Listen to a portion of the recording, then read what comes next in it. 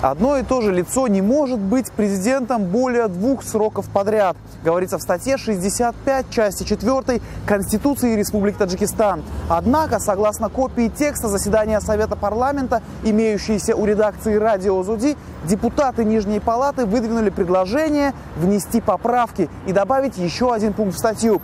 В документе написано, что согласно предложению парламентариев, ограничение о количестве избраний не должно касаться лидера нации, которым в середине декабря после единогласного принятия закона об основоположнике мира и согласия стал нынешний глава государства Эмомали Рахмон. Согласно пока действующей редакции Конституции, его полномочия истекают в 2020 году, и выдвигать свою кандидатуру на следующих выборах он не может. Но предлагаемые поправки вообще дают ему возможность возглавлять страну пожизненно. Стратегия этих изменений заключается в том, чтобы дать возможность действующему президенту, как пешвою миллат, на ближайших и последующих выборах иметь возможность участвовать в качестве кандидата в президенты.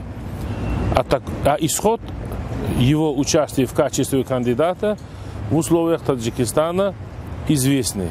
Также в соответствии с проектом поправок к Конституции, которые обсуждались в парламенте страны, по информации Радио Озоди, предлагается сократить возрастной ценз кандидатов на пост президента с 35 до 30 лет. Данные изменения в случае их принятия дадут право Рустаму Эмомали, старшему сыну действующего президента, выдвинуть свою кандидатуру на предстоящих в 2020 году президентских выборах. Ему тогда исполнится 33 года. Поскольку в соответствии нового закона, принятого и который хотят имплементировать в текст Конституции, лидер нации, как новый институт государственной власти, стоит над президентом и над другими органами государственной власти и управления, и его рекомендации и советы имеют обязательный характер, то есть императивный. Закон о лидере нации, принятый в конце прошлого года, по словам экспертов, дал Эмомали Рахмону статус неприкосновенной фигуры, а также имуществу, принадлежащему ему и членам его семьи. После окончания президентского срока он также сохраняет за собой право обратиться к народу республики, а его мнение обязательно должно быть учтено при принятии решений по внутренней и внешней политике страны. В данном случае следует подчеркнуть, что если под влиянием отдельных стран и международных организаций, которые имеют влияние на внутриполитические процессы в Таджикистане, все-таки Эмомали Рахмон воздерживается от участия в качестве кандидата на очередных президентских выборах, тогда сын или члены семьи будут участвовать при его поддержке. Жители столицы Таджикистана реагируют на эту информацию достаточно спокойно. Неожиданностью для большинства это не стало. Нет, я не сказал бы, что это неожиданно. Я предполагал это. Предполагал. Ну что ж, если это парламент решает. Нужен, конечно. Они вместе с ним работают.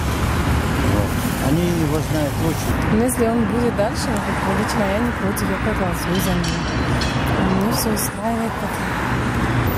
Лично у меня, как сказать, отношение к этому нейтральное. Для меня такой особой разницы нету, сколько будет человек баллотироваться или нет. Изменения в Конституции страны, возможно, не будут ограничены статьей, касающейся главы президент.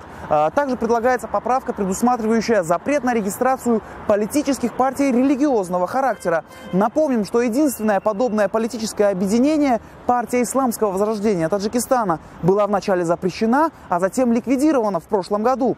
Ее руководители обвиняются по таким статьям, как мятеж, терроризм, организация преступного сообщества и другим.